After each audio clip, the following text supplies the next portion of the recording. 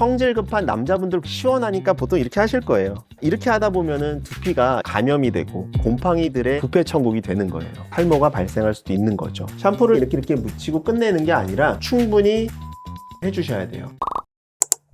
안녕하세요. 지식인사이드 구독자 여러분들, 모힐의원 홍주영 원장입니다. 탈모, 모발 이식 쪽만 진행하고 있는지 한 12년, 13년 정도 된 것 같습니다.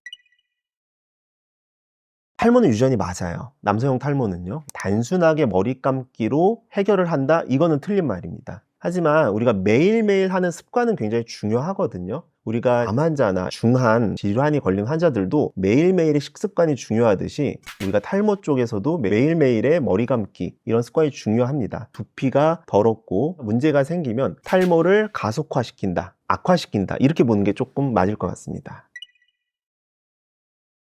자, 샴푸를 우리가 처음 시작할 때 제일 먼저 체크해야 될 거는 물의 온도입니다. 만져서 내 체온 정도, 한 37, 8도 정도의 미온수로 하시는 것이 좋아요. 40도 이상의 뜨거운 물로 하면은 막 기름기가 싹 빠질 것 같고 굉장히 좋을 것 같잖아요. 근데 이제 너무 뜨거운 물로 하시면은 모발에 단백질이 변성이 되고요, 오히려 피지샘이 과다하게 증식이 될 수가 있습니다. 그에 따라서 또 너무 두피가 건조해질 수 있고, 너무 뜨거운 물은 오히려 두피에 또 모낭에, 모공에 좋지 않습니다. 두 번째 우리가 체크해야 될 거는 충분히 애벌 샴푸를 하시는 것이 좋아요. 우리가 설거지나 아니면 우리 샤워할 때도 그렇잖아요. 몸에 막 들어온 게 너무 많이 묻어 있는 상태, 음식물이 너무 많이 묻어 있는 그릇은 바로 우리 수세미 같은 걸로 닦지 않습니다. 충분히 물로 적시고 또 노폐물을 충분히 제거한 상태에서 그 다음에 샴푸가 들어가야 되죠. 그래서 적절한 애벌 샴푸가 중요한데, 노폐물이 많은 경우에는 뭐 한 1분 정도, 좀 적은 경우에는 적어도 30초 이상 노폐물을 충분히 제거하시고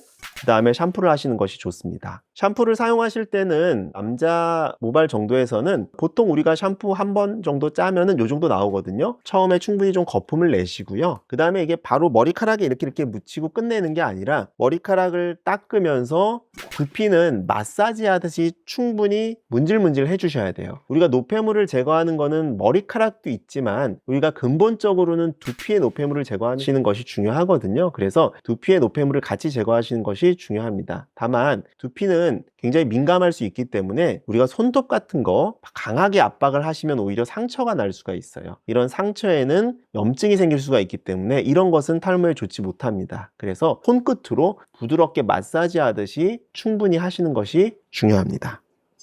브러쉬 사용은 적절히 하시면 괜찮습니다. 우리가 피지나 이런 노폐물들을 좀 쉽게 제거를 할 수가 있겠죠. 모공 같은 데 쌓여있는 피지나 노폐물을 제거하기에는 브러쉬 사용이 효과적입니다. 하지만 뭐든지 과하면 좋지는 않거든요. 그래서 브러쉬 사용을 또 과하게 두피에 자극이 될 정도로 하는 거는 좋지 못합니다. 모발은 젖은 상태에서는 좀 약해요. 그렇기 때문에 젖은 상태에서 빗질을 하면 모발이 손상이 될 수가 있습니다. 또 젖은 상태에서 빗질을 잘못하다가 또 날카로운 빗에 두피 같은 데가 이게 찔리거나 한다 그러면은 2차적인 문제가 생길 수 있기 때문에 젖은 상태에서 빗질은 좋지 못하고 충분히 머리를 말린 상태에서 가볍게 빗질을 하시는 것이 좋습니다.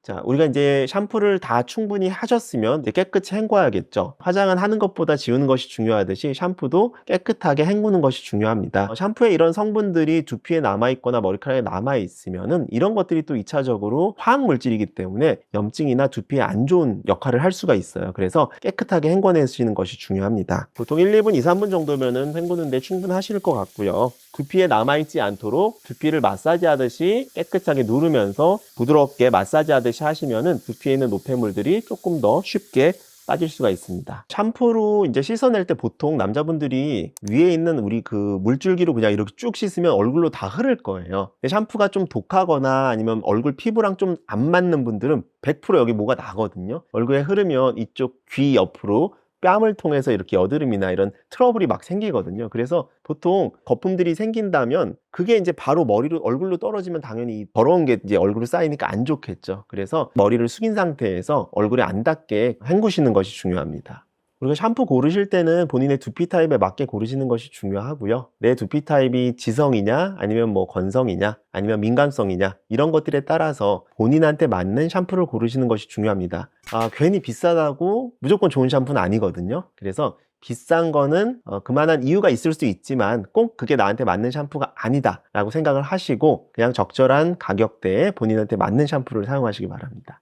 이 다음에는 건조를 하셔야겠죠. 자, 건조하실 때 어떻게 하세요, 보통? 대부분 건조 귀찮잖아요. 밤에 자기 전에 보통 샴푸를 하시는데, 이제 샴푸하는 것도 귀찮고 샤워하는 것도 귀찮은데, 특히나 여성분들 머리 말리는 것까지 생각하시면 굉장히 귀찮으실 거예요. 하지만 머리 말리는 것은 굉장히 중요합니다. 머리를 말리지 않고 그냥 축축하게 젖은 상태로 그냥 잠이 든다면 이 곰팡이들의 이 부패 천국이 되는 거예요. 머리 두피를 말리는 것이 중요합니다. 두피를 깨끗하게 말리셔야지. 머리카락만 말리는 분들이 가끔 있으세요. 머리카락만 말리시면 두피에 곰팡이 균들이 번식을 할 수가 있거든요. 따라서 두피를 건조하게, 두피를 이제 잘 말리는 것이 중요합니다. 아까 이제 물의 온도 말씀드렸듯이 우리가 항상 너무 뜨거운 바람은 모발 자체를 상하게 할 수가 있어요. 단백질 변성이나 두피 상태도 안 좋게 할 수가 있기 때문에 뜨거운 바람보다는 좀 시원한 차가운 바람으로 말리시는 것이 더 중요합니다.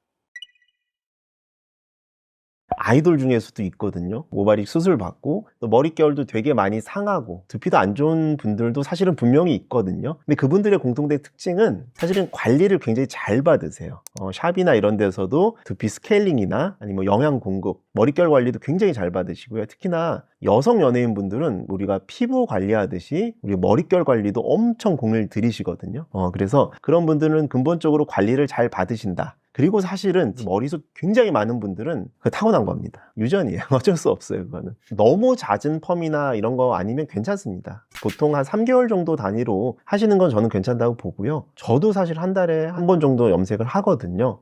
근데 이게 직접적으로 탈모를 일으키거나 이러진 않습니다. 다만 한 2주에 한 번, 한 달에 2-3번 탈색하시는 분도 있어요. 이렇게 너무 잦은 펌과 염색은 조금 좋지 않을 수가 있습니다. 많이 물어보시는 질문인데, 모자 쓰세요? 야구선수 있잖아요. 맨날 모자 쓰잖아요. 그 중에 탈모 있는 분들 많이 있나요? 일반적이죠. 모자 자체는 탈모를 일으키는 근본적인 원인은 아닙니다. 가끔 환기 정도만 시켜주시면 큰 문제 없으세요. 늦출 수 있다가 조금 더 맞는 것 같아요. 탈모라는 거는 일종의 이제 노화의 과정이긴 하거든요. 그렇기 때문에 100% 막는다 이런 건 조금 어렵지만 최대한 늦출 수 있다. 80% 정도 늦출 수 있다 이런 얘기도 하거든요. 그러니까 우리가 20대, 30대부터 관리를 한 친구들과 유전력이 있을 때요. 관리를 안 한 친구들의 한 40대 정도 이상의 모습을 보시면 완전 다르거든요. 그렇기 때문에 초기에 관리를 하는 것이 쉽고 빠르고 편하게 막을 수 있다 이렇게 생각을 합니다. 남성형 탈모 약에 대해서 굉장히 두려워하시는 분들이 많으세요. 첫 번째 이유는 부작용인데, 일단 부작용 있을 수가 있습니다. 1-2% 정도 우리가 걱정하는 남성형 부작용, 성욕감퇴라든가 사정량 감소라든가 이런 부작용들이 있을 수가 있지만, 사실 이거를 걱정하기보다는 탈모를 더 걱정하셔야 돼요. 물론 드시다 보면 가슴이 좀 나올 수도 있고 우울할 수도 있고 여러 가지 막 있을 수가 있거든요. 하지만 우리가 구더기 무서워서 장 못 담그는 거 아닌 것처럼 탈모약은 꼭 드셔야 됩니다. 이 부작용은 생각보다 일어나지 않아요. 100명 중에 한두 명 정도가 좀 약간 그런 것 같기도 하고, 근데 이런 것도 시간이 지나면서 한두 달 정도 지나면서 몸이 적응하고 하면 또 괜찮아지거든요. 그리고 또 부작용이 생기더라도 또 잠깐 끊었다가 또 다시 먹으면 또 괜찮아지세요. 그러니까 부작용을 너무 걱정해서 시작도 안 한다? 이거 절대 안 됩니다. 그리고 이제 또 하나는 환자분들이 지금 시작하면 평생 먹어야 되나요? 이런 거 많이 물어보세요. 그것 때문에 시작을 못 하시거든요. 예를 들어 20대 분들이 평생이라 그러면 60년 이렇게 먼저 생각을 하시거든요. 절대 그렇게 부담 갖지 마시고 일단 시작을 하시는 게 중요합니다. 그래서 항상 이렇게 설명드려요. 일단 6개월만 드셔보세요.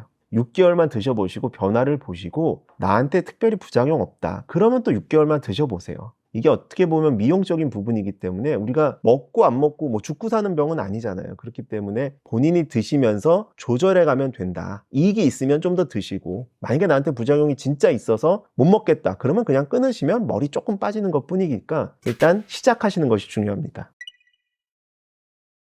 환자분들이 생각하시는 게 머리가 다 빠졌다는 개념과 저희가 보는 게 조금 달라요. 대부분 환자들이 이제 나이도 먹고 이제 포기했지, 약은 많이 이렇게 살래, 이렇게 하시는 분들이 굉장히 많거든요. 근데 막상 오시면 잔머리들, 솜털들이 아직 남아있는 경우가 사실 굉장히 많습니다. 오늘 오전에 수술하신 분도 그랬어요. 50대 중반이셨는데 정수리 부분에 솜털, 얇은 털이 생각보다 굉장히 많으셨거든요. 그래서 이런 부분은 약으로 충분히 교정이 가능합니다. 다만 이미 전두부 쪽 M자 이런 데는 모근이 없죠. 빈 땅이에요, 빈 땅. 빈 땅에다가는 아무리 좋은 걸 영양분을 주고 비료를 준다고 해도 사실 나무가 자라진 않잖아요. 그렇기 때문에 건강한 후두부 쪽에 나무를 옮겨 심어야죠. 이게 모발이식거든요. 얇은 털이 있으면 이거는 두꺼워져요. 두꺼워지는 것은 약의 효과다, 이렇게 생각하시면 좋을 것 같습니다. 얇은 머리가 두꺼워지는 게 약이라고 설명드렸잖아요. 예를 들어 이렇게 생각해 볼게요. 정상 굵기가 10이고 우리가 탈모가 0이라고 생각하면, 우리가 탈모라는 거는 10에서 0으로 갑자기 없어지는 건 아니거든요. 19, 87 이렇게 점점점 얇아져요.